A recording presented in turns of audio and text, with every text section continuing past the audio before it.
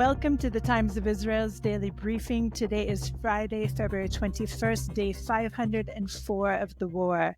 Amanda Borschel-Dan here in our Jerusalem offices with our diplomatic reporter, Lazar Berman. Hi, Lazar. Thanks for joining me today. Good to be back here. We are here for a Friday Focus. What number Friday Focus is this, Lazar? By my count, this is our sixth. And may there be many, many more. Yep. Let's get those numbers up there. Let's do it. For sure. So, listeners, today is a bit of a liminal day. Yesterday, we saw the return of 4 slain hostages from Gaza, and tomorrow we're expecting to see the release of 6 living male hostages. And please check out another daily briefing tomorrow for a full report on that. But in the meantime, we are going to turn and spin the globe a little bit and look at a different conflict in order to learn some lessons and see what could be in store for Israel. Because all signs, Lazar, seem to increasingly be pointing to Israel attempting to at least wrap up the war in Gaza. So we're going to look at another conflict that is occurring right now, and I'm talking about the Ukraine war, which is also in a similar situation in which it appears there's a lot of push-pull, of course, that it appears that the war could be starting to wrap up there. So we're going to hear what's happening on the ground and learn about the war's goals versus the narratives that have been told about it in the past 3 years. And actually, is it 3 years, or should we really be starting from 2014? Now, Lazar, I have to admit that since October 7th, 2023, I've been much more occupied with our own war here in Israel on so many different fronts, obviously, and I've kind of lost track of what was happening in Ukraine. So it's very much, again, in the news, of course, because U.S. President Donald Trump is trying to start talks with Russia. And of course, there was on Monday this emergency meeting of European leaders to make sure that they're all on board and understand what their perspectives are. So just to begin with, I'd like to kind of zoom out, discuss when, of course, the war actually did begin. Is it 3 years ago, or is it more 2014, as I mentioned in the intro? Sure. And I think I'd even go earlier. I think we can start in 1991. The Soviet Union dissolves. The former republics of the USSR become independent, and they have to start making their own way and charting their own course in the world. Ukraine had Soviet nuclear weapons. In 1994, it agreed to get rid of them for guarantees, guaranteed by both Russia, the U.S., and other countries in Budapest in 1994, that their territorial integrity would be guaranteed by these countries. It continued to be largely in the Russian sphere, but over time, its citizens increasingly wanted connections with the West, and there was anger and protests over the idea that elections were being rigged in the favor of the pro-Russian candidates. This really came to a head in early 2014, the Euromaidan protests in Kyiv, when the public made as clear as possible that they did not accept the direction that the government was going, that they wanted to join the EU, they wanted to be pro-Western, and they did not see it acceptable that the government was canceling or moving away from those promises. The Russians responded by annexing the Crimean Peninsula, which in southern Ukraine, and then shortly afterward, the 2 provinces in eastern Ukraine, Donetsk and Luhansk, the Russians said that they had, that the will of the people there was to break away, and Russian forces moved in to, quote unquote, protect the Russian speaking, the ethnic Russians there. But that was seen broadly by the West as just an invasion. And since 2014, there had been this mostly low-level conflict between Russia and Ukraine focused on those eastern provinces, not a lot of movement. In 2021, really things started picking up again with Russian threats, and then you get to early 2022, it becomes very clear that Russians are planning something. There's a lot of warnings in the West, and there was a troop buildup February 24th, 2022. So we're a few days away from the 3rd anniversary. That was when there was the major invasion by Russian forces, what Putin called a special military operation. He said he didn't want to occupy the country, just wanted to, quote unquote, denazify it of its government led by a Jewish president, and shortly before, and also a Jewish prime minister. And there was the expectation in the West, me too, that this would be a very short war, that the Ukrainians would not be able to stand up to it, that the government headed by Volodymyr Zelensky would go into exile, or Zelensky himself would be killed if he stayed. And that turned out not to be true. Though the Russians poured in on multiple axes, from the south, from the west, from the northwest, and most threateningly from the north to the outskirts of Kyiv, the Ukrainians succeeded in stopping them. And, within weeks started turning the tide, and then were able, by the summer of 2024, to go onto their own offensive, basically kick the Russian troops back. That whole offensive into Kyiv was totally turned around, and start to really make gains. In 2023, it was a year of expectation that Ukraine might be able to actually win this war, and they tried to go on the offensive, and that's when they really had a increasing Western support. They continue to say throughout that they need more advanced weapons, and Europe, and especially the Biden administration, was very slow. They would say they wouldn't release a certain weapon system. With time, they would, but it was always very slow and very frustrating for the Ukrainians. But that all kind of culminated and petered out. And over the past year, it has been an increasingly bad year for the Ukrainians, a better year for the Russians. But what is a better year for the Russians? I think over the course of the year, they've been able to take something like 25 miles at a huge cost, mostly in the basically in the east of the country, pushing west.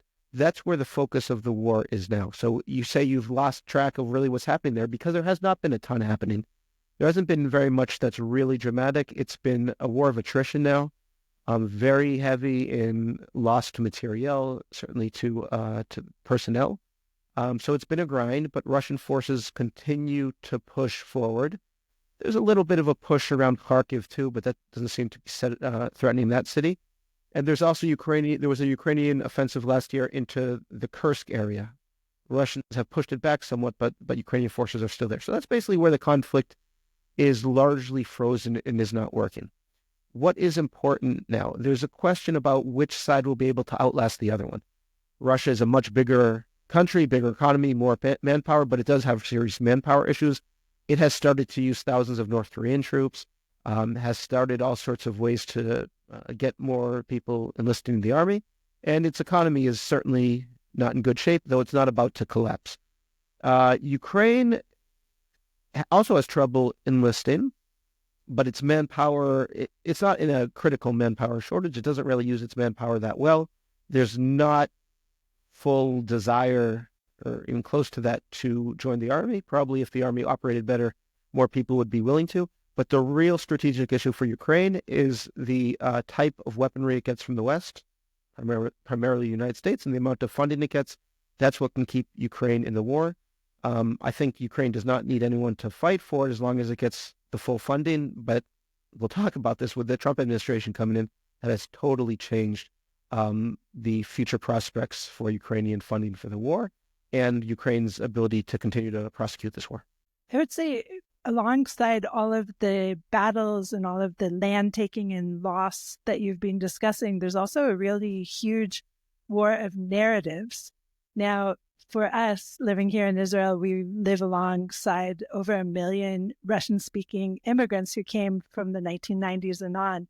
And until the Ukraine war, everyone kind of said that they were Russian, right? And then immediately in 2014, as you said, when there was this burst of nationalism in Ukraine, all of a sudden we started realizing that some of these Russians were actually Ukrainians. And then again in 2022, when the buildup and the big invasion started, this happened again. And so it is a big question to me about the narratives, meaning Russia, it seems to be saying, is releasing or freeing or protecting their Russian, ethnic Russians or Russian-speaking people who kind of got all scattered around during the Soviet Union collective, right? And then Ukraine, for its part, is saying, no, we're its own nation. We are independent. We want to fight for our own independence, and we need the help of Western society in order to do that. So the big question, I think, is what does Western society slash powers, what do they have to gain by allowing for this war to continue or by funding this war? What is the interest here? It's a very good question.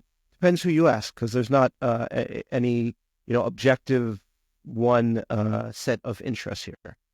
The let's say the Democratic Party, members of the Republican Party generally before Trump came into office, not everyone, and the mainline European thinking that is in opposition to the Trump administration is that this is a war.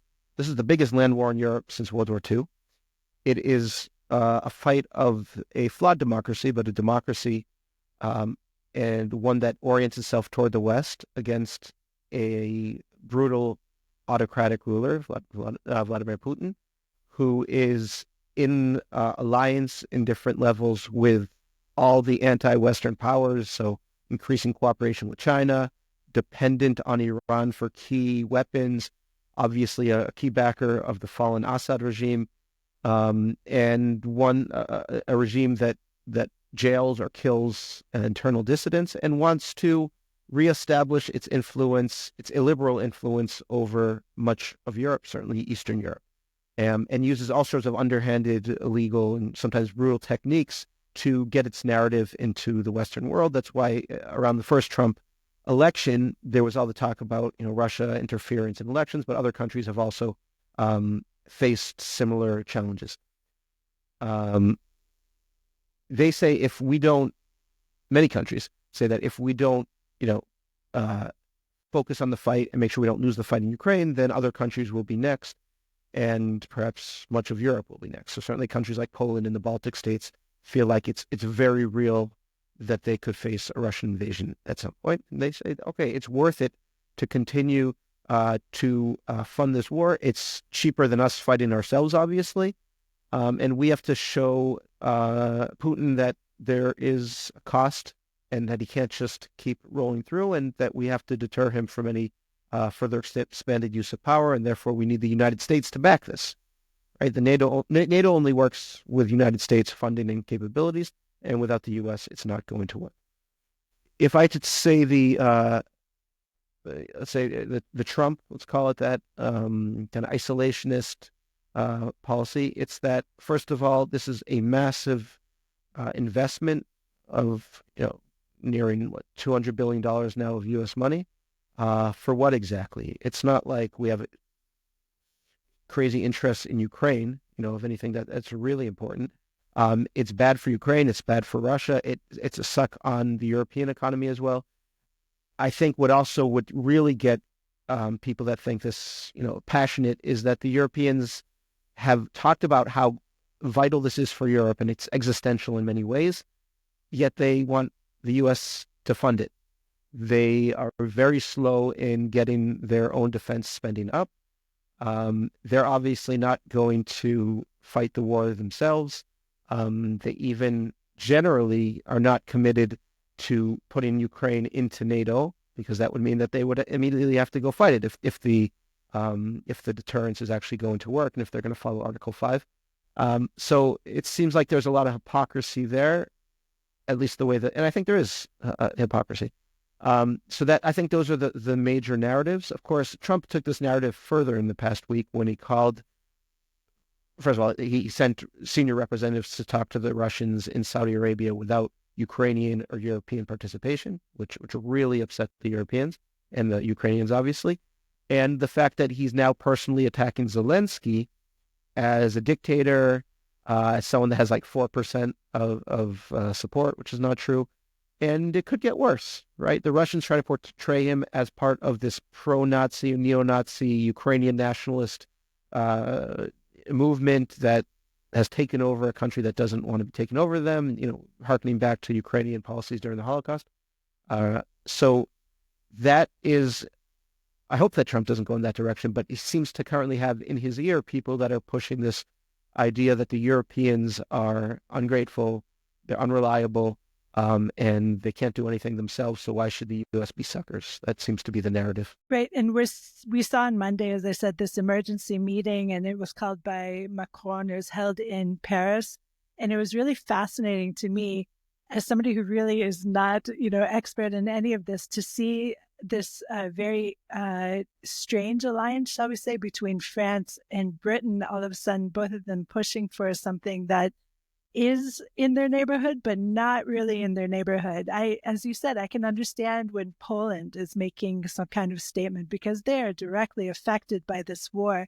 I can understand with any of the bordering countries, but when we get to Britain, for example, who decided not to be part of Europe anymore, let's not forget that.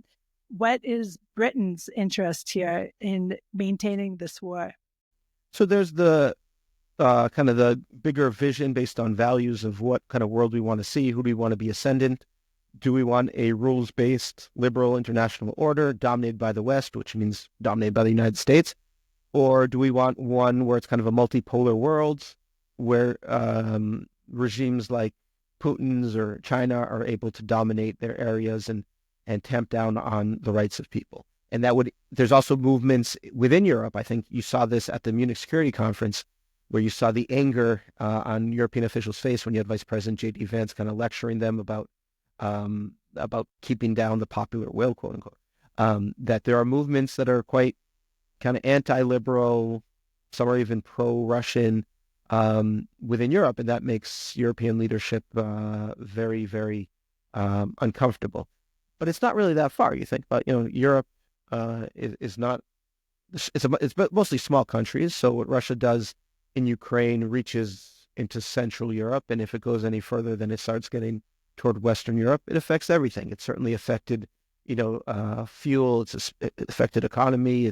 It will absolutely have effect. This war is within Europe, so just because Britain is not in the EU anymore, it's still a key member of NATO, and its trading partners its leading trading partners besides the United States are on the continent. So this is certainly in British interest. Germany, obviously, is also very much involved there, and a lot of the smaller countries as well. Germany is, of course, heading to elections on Sunday. And so do you think that if, for example, the coalition changes up, which I think it's pretty much expected or a given that it will, that Germany's stance will change in any way towards Russia/Ukraine? It's hard to predict right now. It depends how the AfD, that far-right party that's been so controversial, how well they do. I imagine no one's going to want to sit with them. So it depends what alliance shakes out, but I imagine it'll be basically the same. But in general, Europe has this question ahead of it, facing it, right? So if the U.S. is not such a reliable backer anymore, what kind of European policy goes forward now? How can they take a future vision for Europe forward, especially on security? And this is the issue that will mold it. There's been talks about kind of individual countries giving promises of some sort of troop deployments to Ukraine, not in combat roles, but in kind of guaranteeing this peace. But the question is whether Europe, writ large, is able or is willing to start taking responsibility for its own security, ideally in partnership with the United States, but not dependent on the United States. Even if these countries were going to commit tens of thousands of troops, they would still need to rely on U.S. capabilities in key areas to be able to carry out extended military operations.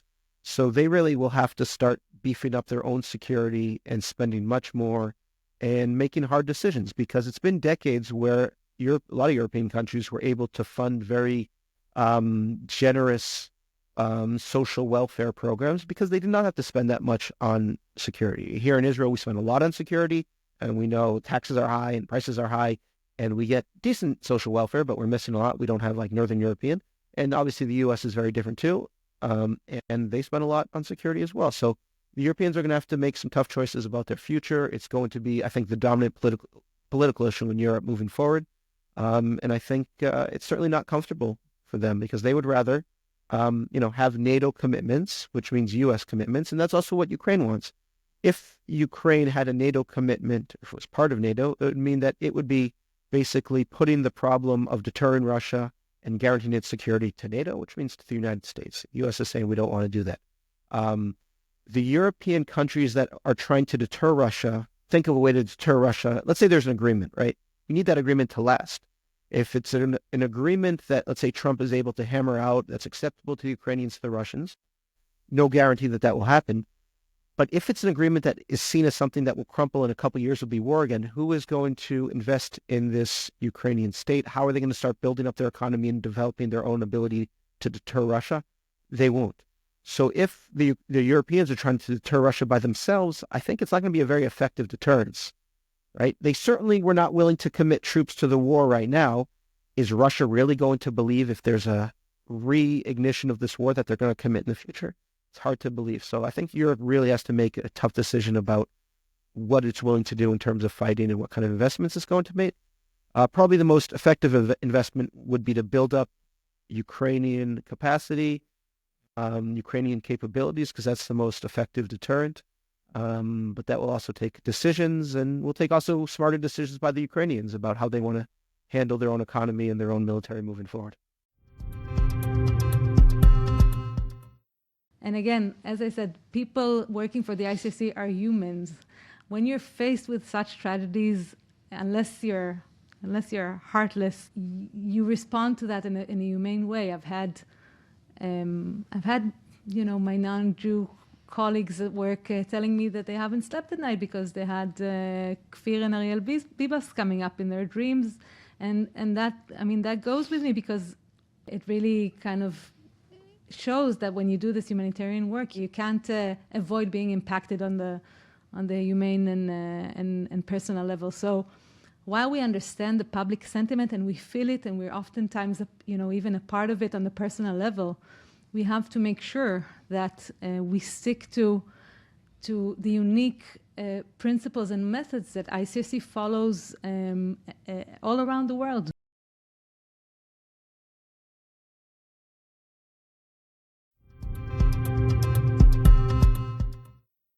Okay, so since we are the Times of Israel, I now want to slightly tilt the globe and look at all of this through an Israeli perspective. Sure. So first of all, there's the Jews of Ukraine and the Jews of Russia, and many thousands have immigrated to Israel over the course of the past 3 years, not to mention since 2014, not to mention since the 1990s, of course. So that's one factor, an influx in immigration of these Russian-speaking / Ukrainian Jews that came to Israel. But let's take it in a different direction. How has Israel aided / abetted or ignored the Ukrainian war in general? It's a good question. So the Aliyah has not been that big from, let's say, Ukraine. I know better. I'd probably say it's around 20,000. Yeah, it's still the highest number of immigrants coming from anywhere around the world for years in succession.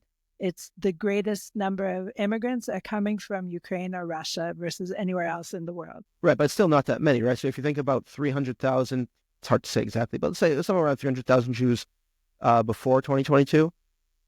Something like 20,000 came to Israel. Some have left. It's not that many. About 150,000 at some point left Ukraine also for Germany, the U.S., other parts of Europe. Some have come back.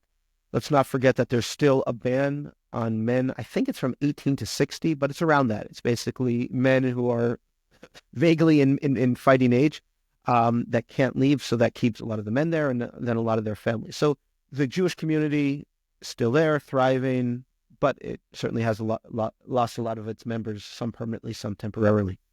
Israel, going back, Israeli leaders, and including Netanyahu himself, have had very good relations with Putin over the years. It was basically the only Western country, truly Western country, that was not seen by the Russians as anti-Russians. The European countries, the U.S., Canada, Britain, were all seen as kind of having this deep bias against Russia, and Israel wasn't. It has a lot of Russian speakers. It has prominent Russian speakers in government, and has ties. And when Israeli leaders would go there, they would bring fluent Russian speakers along, and they developed very good relationships. It's also an important country in the Middle East. It is allied very closely with a lot of our enemies, but the idea was, especially in Syria, where Russia had had air and naval bases, the idea was we want to maintain a productive relationship with Russia so that we can do what we want against Iran and Hezbollah in Russia, and that in Syria, and that generally worked. In my estimation, Israel was a little bit too cowardly we're much more powerful than Russia in the Middle East, right? So our fear of upsetting the Russians, I think, was a little bit overblown, but that's what the idea was. When the war in Ukraine started, or the full invasion started in 2022, what Israeli leaders tried to do, so this was under the Bennett-Lapid government, they condemned it verbally, so Lapid kind of took the anti-Russian line. Bennett was much more quiet about it. Maintain an open dialogue with Russia. So on human rights and humanitarian issues, Israel was very prominent in backing Ukraine, but avoided defense support. So wouldn't give key systems, certainly no offensive weapons, but even the defensive weapon systems that they were asking throughout, they would ask for Iron Dome. Iron Dome itself is pretty irrelevant. Like, Ukraine's a huge country. It was kind of a code name or stand-in for Israel's multi-layered air defense, which would be very helpful for Ukraine. Israel has not provided that. What Israel did provide was a civil warning system, some elements of it, I believe it was to the Kyiv region, that would allow them to have more targeted civil air sirens like we have here. Because in Ukraine, it's very broad. So, people can ignore them because it's not, it's not that targeted. There were American Patriot missiles, I believe, that were here that we allowed the Americans, gave the green light, no problem, to send to Ukraine. Again, defensive. But beyond that, we have not provided any open defense support. I would imagine we've cooperated on intelligence, especially on drones, since we're both facing Iranian drones. But that has not been confirmed openly. It's just my speculation. It would make a lot of sense. But Ukraine has openly pushed for more cooperation and has been disappointed by it.